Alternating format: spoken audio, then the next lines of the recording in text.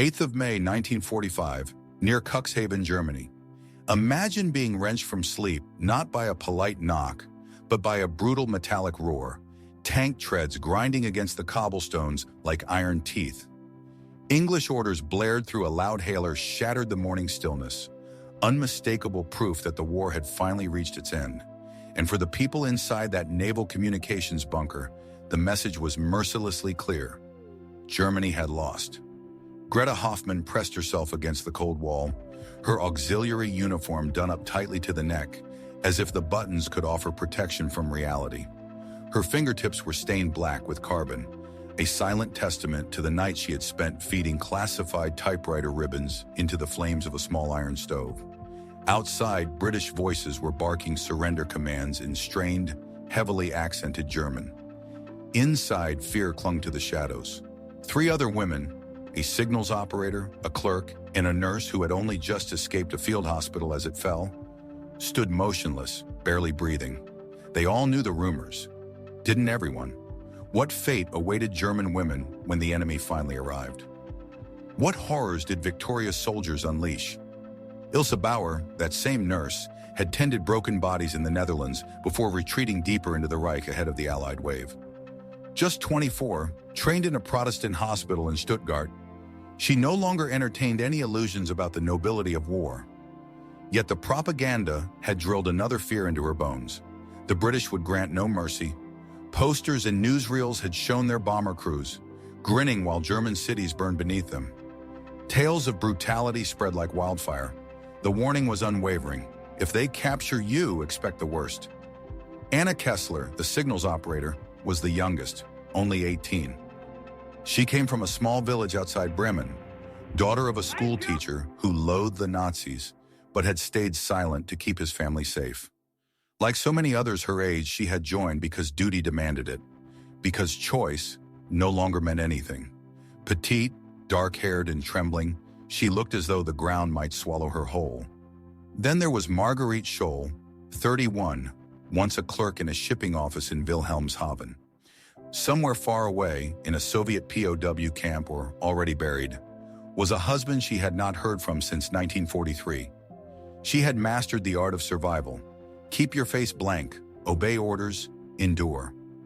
The British marched them to a makeshift staging ground where hundreds of German prisoners, most of them men, a few women, sat on the dirt under watchful rifles. Hollow-eyed soldiers in torn Wehrmacht and Kriegsmarine uniforms stared blankly at nothing.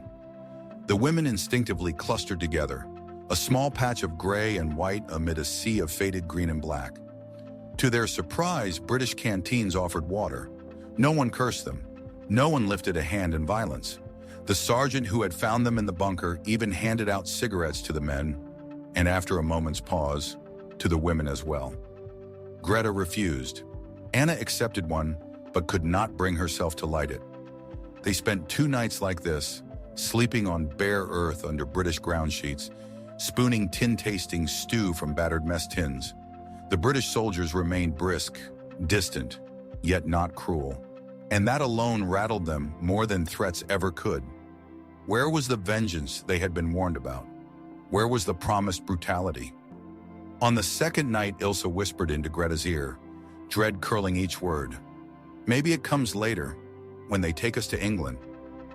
The transport began on the 3rd morning. They were loaded into trucks and driven north to Cuxhaven. A harsh North Sea wind battered the docks, shrieking past the ruins of the harbor while gulls screamed overhead, as though the sky itself was bearing witness. At the dock, a British transport ship awaited them.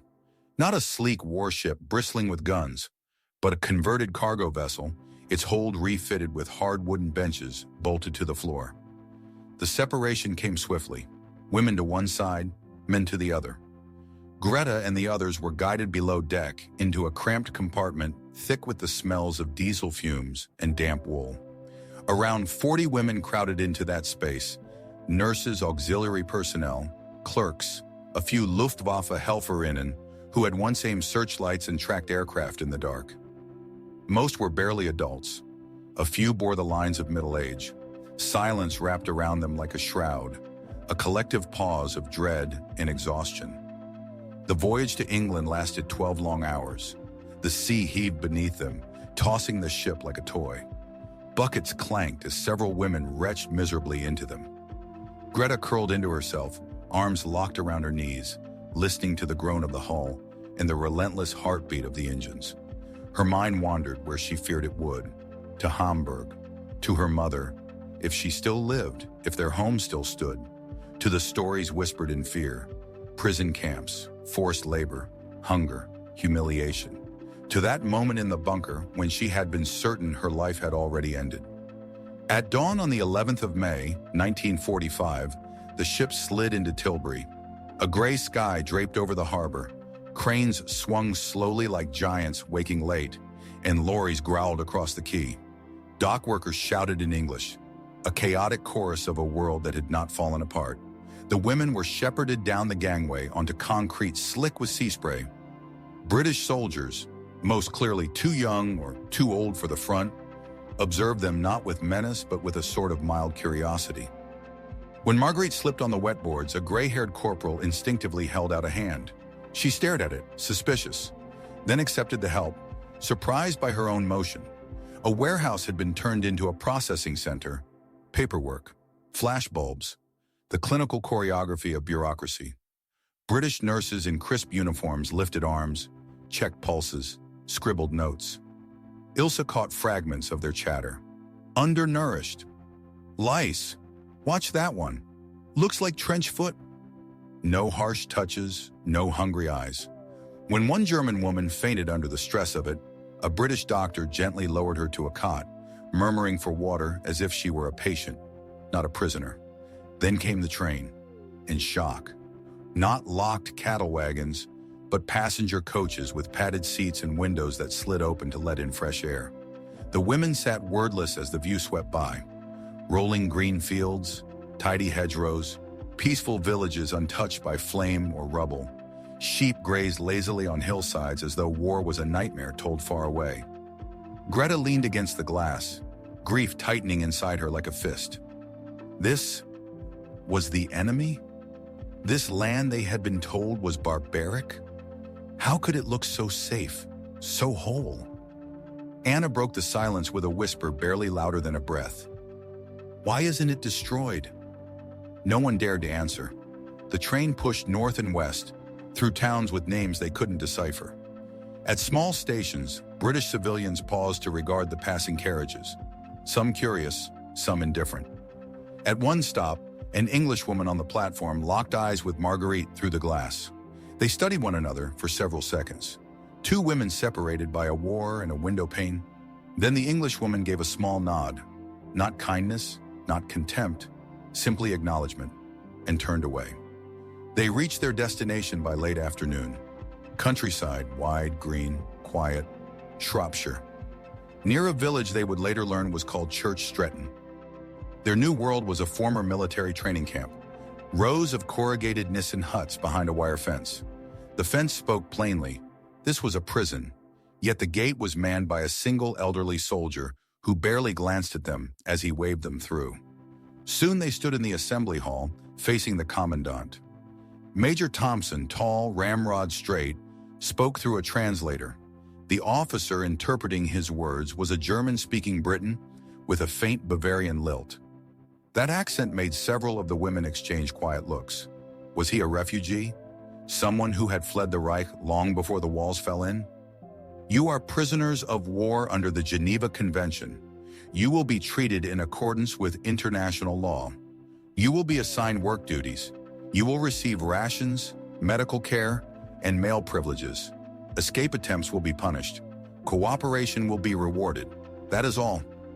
Those words, translated carefully into German, echoed through the assembly hall. Then the women were led to their assigned quarters. Long Nissen huts lined with iron cots, thin mattresses and coarse gray blankets. Spartan, yes, but startlingly clean. Actual glass in the windows, a roof that didn't leak, a washroom with cold running water and a latrine that flushed. After a bunker filled with smoke and fear, after the stomach-turning ship, after the endless train ride, this felt absurdly close to comfort, and that alone terrified them. Surely this was just the calm before cruelty, a trick, a mask. That night, Greta lay rigid on her cot, eyes fixed on the curved metal ceiling above. Around her, the breathing of 40 uneasy women rose and fell. She waited, for boots, for shouting, for the blow that would prove the warnings true. But the night remained quiet. No knock, no rage, nothing. The turning point, the moment the world shifted, arrived not with violence, but with breakfast. On the third morning, the women marched to a wide wooden mess hall, smelling of coal smoke and boiled cabbage. Tin plates in hand, they braced for thin gruel and stale crusts, the diet of the defeated. Instead, ladles poured thick, hot porridge into their bowls. A spoonful of sugar on top, a slice of bread spread with margarine, and jam. Jam so dark and sticky it glistened like jewels. And mugs of strong tea, bitter, yes, but softened by milk. Greta stared down at her plate as if it were an illusion. More food than she had eaten in one sitting in months. More than many Germans had tasted in years. She carried the meal to a table and sat frozen. Around her, others mirrored the same disbelief. Could kindness itself be a trap? Ilse's spoon rose first. A taste, just one. And her eyes filled instantly. Tears spilled, unstoppable. Not from sorrow, from the shock of sweetness. From the dawning, overwhelming realization that she would not starve, would not be kicked or violated or raised. The nightmare she had prepared for was not coming. She covered her face with both hands and sobbed. Soon the room was full of quiet weeping. Anna, Marguerite, women whose names Greta didn't yet know, all crying over porridge and jam and the impossible relief of being fed like human beings.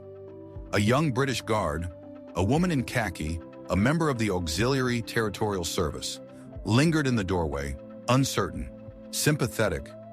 She murmured something in English, then retreated, as if the emotion in the room was too heavy to bear. Greta forced herself to eat slowly, deliberately. Each warm bite, each sweet taste, chipped away at the fortress she had built inside.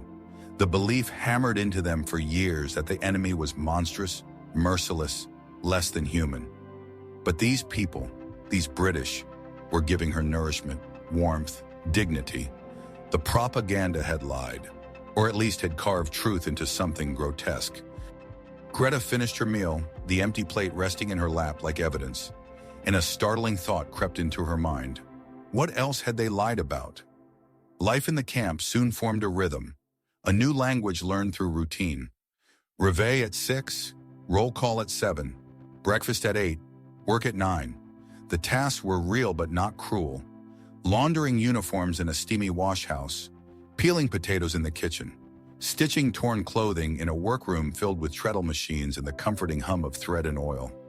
Women who had handled farm tools before the war were sent out into the countryside under armed escort, bussed to English farms in the crisp morning air, returning each night tired but intact. They harvested potatoes, turnips, cabbages under bright English skies, working beside land girls, elderly farmers, and occasionally Italian POWs from another camp who tipped their caps and cracked clumsy jokes in whatever English they possessed. And always food. Still rationed, Britain carried its own scars from 6 years of war, but enough. Porridge and bread at dawn, stew or pie at midday, potatoes and vegetables in the evening. Once a week, meat, corned beef or mutton, and once hilariously decadent, tinned spam from America. Salty, fatty, oddly nostalgic. It tasted like home, and she couldn't explain why. Tea arrived 3 times a day. Sugar existed, scarcely, but existed. Milk came from a tin, but it whitened the world all the same. And every Thursday, chocolate. Small squares of Cadbury's, wrapped in purple foil.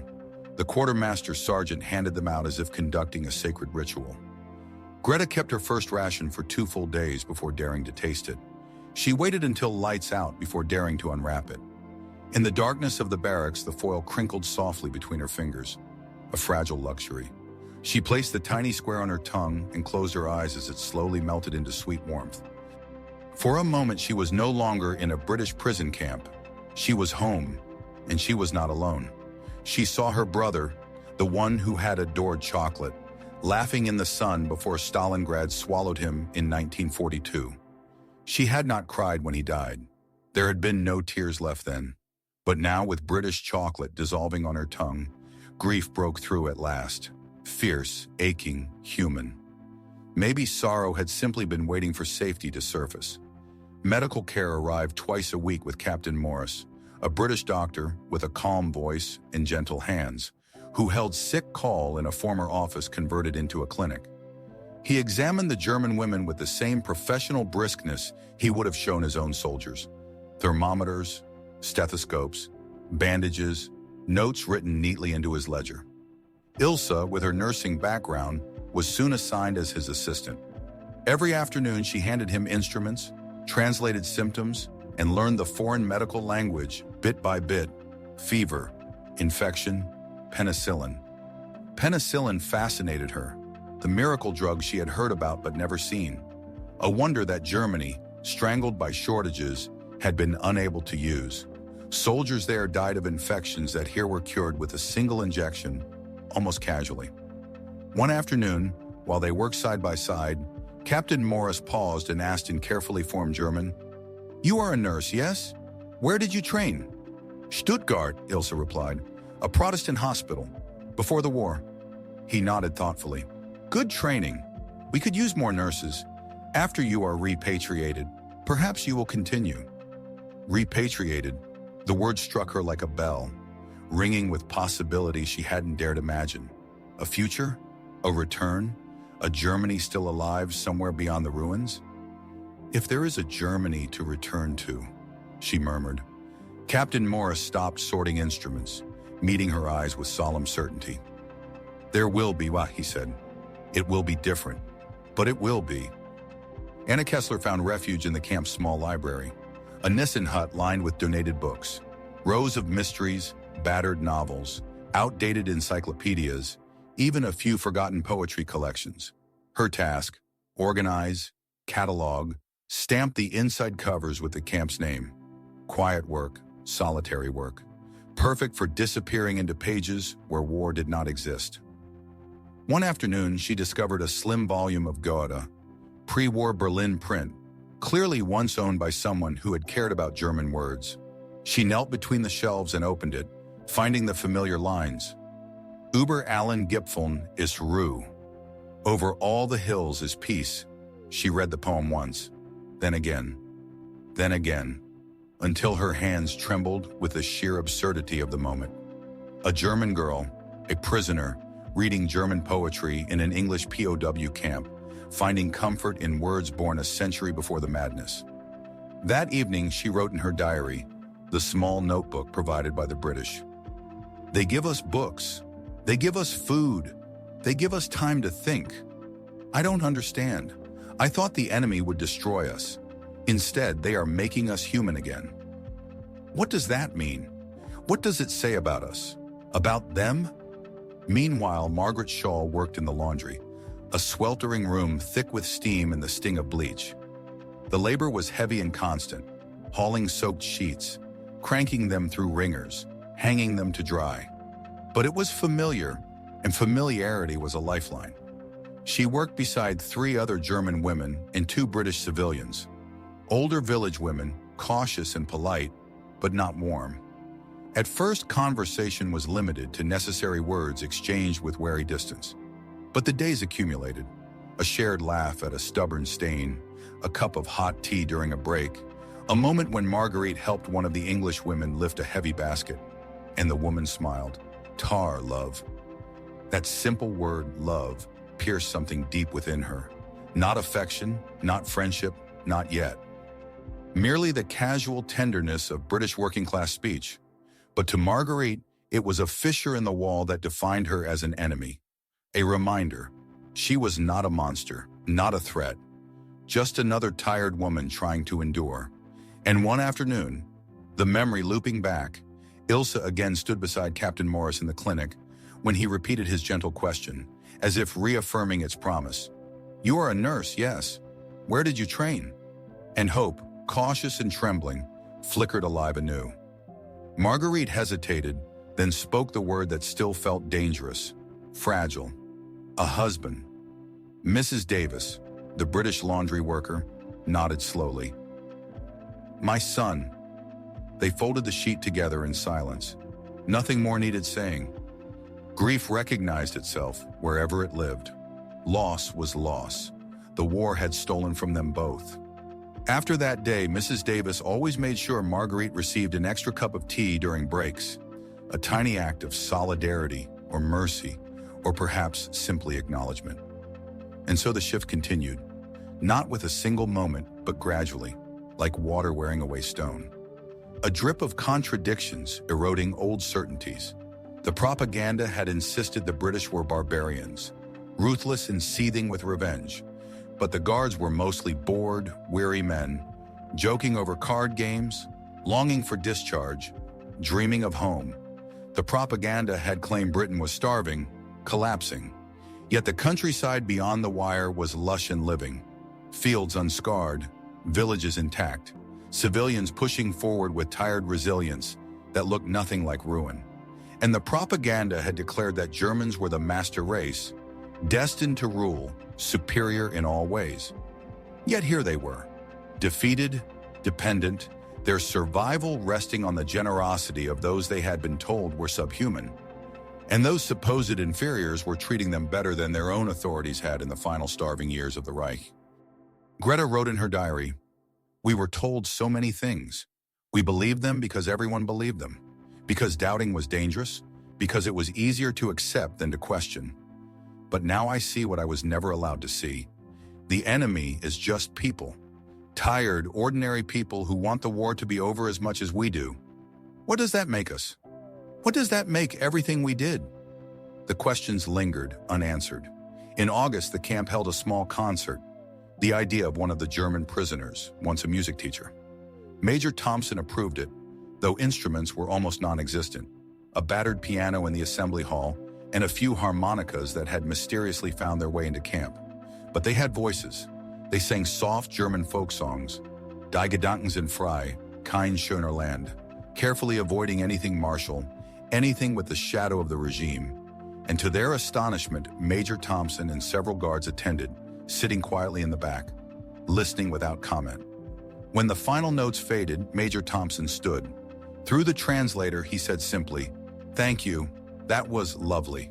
Music is one of the few things that survives war intact." Then he left, boots echoing on the floorboards.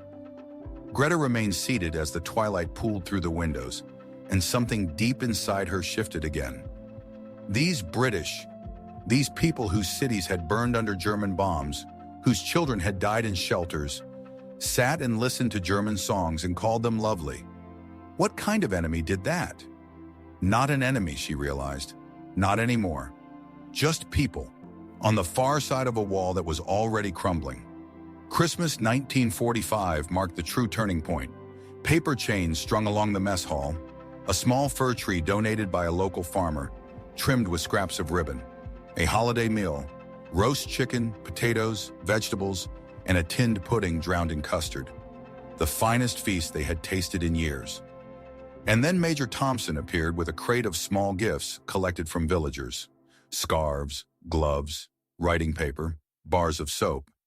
He handed each parcel out himself, offering a formal Frohe Weihnachten in his careful German. Anna received a pale blue wool scarf, slightly worn, but soft and clean. She touched it, and the confusion of kindness became too much. Tears spilled before she could stop them. A young ATS guard, Patricia, crouched beside her and murmured in English, "It's all right, love. It's over now. You're safe." Anna couldn't understand the words, but the tone, the gentleness, she understood perfectly. She clutched the scarf and cried until nothing was left. That night, the women gathered in the barracks, seated in a circle, the little Christmas tree's scent still clinging to their clothes. They spoke of home, of families, of the uncertainty of repatriation. Tentatively, they spoke of truths they had been afraid to admit. Ilse said, "We were lied to, about everything." Margaret said, "Not everything, but enough." Greta whispered, "I don't know who I am anymore, and that more than anything, was the most frightening discovery of all. "I don't know what I believe," Greta whispered. "What was real? What was only fear?" The words hung in the air. No one answered. Outside, snow had begun to fall. Soft, silent, settling over the camp, over the fields, over all of Britain in a peaceful white shroud. Inside the barracks, they were warm. They had eaten well. They were alive. And somehow that, being safe, being shown compassion, felt like the most radical act imaginable. Repatriation began in early 1946. The process was mechanical, impersonal, names checked, papers stamped, prisoners sorted into groups, and sent by train and ship back to a Germany that no longer existed in any recognizable form. The Reich was gone. The cities had become skeletons of stone.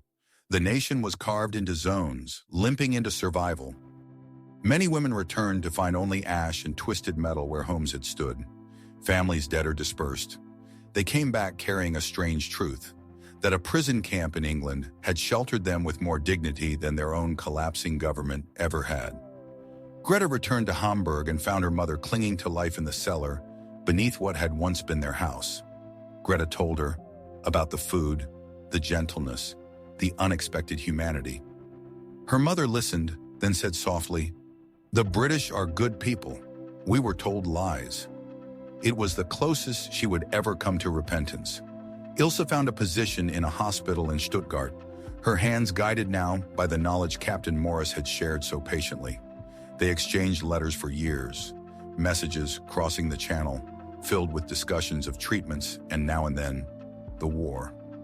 In one letter he wrote, "We were all victims of ideology. Some of us simply ended up on the winning side."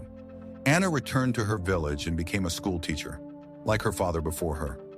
She never spoke publicly about her years as a POW, yet she kept the pale blue scarf folded in a drawer. Later, when her daughter asked where it had come from, Anna answered, "It was a gift from the enemy. It taught me that enemy is only a word." Margaret never learned what became of her husband. She assumed he'd perished on the Eastern Front, lost to the same voracious void that had swallowed so many others. In 1950, she married again, to a quiet man who worked in a factory and never pressed her for stories she could not bear to revisit. But she never forgot Mrs. Davis, the British woman in the laundry who had recognized her grief and matched it with her own. In the grand chronicles of the Second World War, the story of German POWs in Britain is barely a footnote, a small chapter overshadowed by the vastness of destruction and consequence. Yet for those women, it was nothing less than a revelation. They had been raised on absolutes, masters and inferiors, conquerors and conquered, us and them. But in the camps of Shropshire, Yorkshire, and Somerset, they learned something far more unsettling and far more human, that the world was never so simple, that kindness could exist even across a barbed wire, that mercy could be chosen over vengeance, even when vengeance was deserved. They learned in the end that sometimes the dreaded knock at the door, the moment when the enemy arrives, can lead not to annihilation, but to transformation. That hard lesson, bought with 6 years of nightmare, may have been the only piece of good salvage from the madness.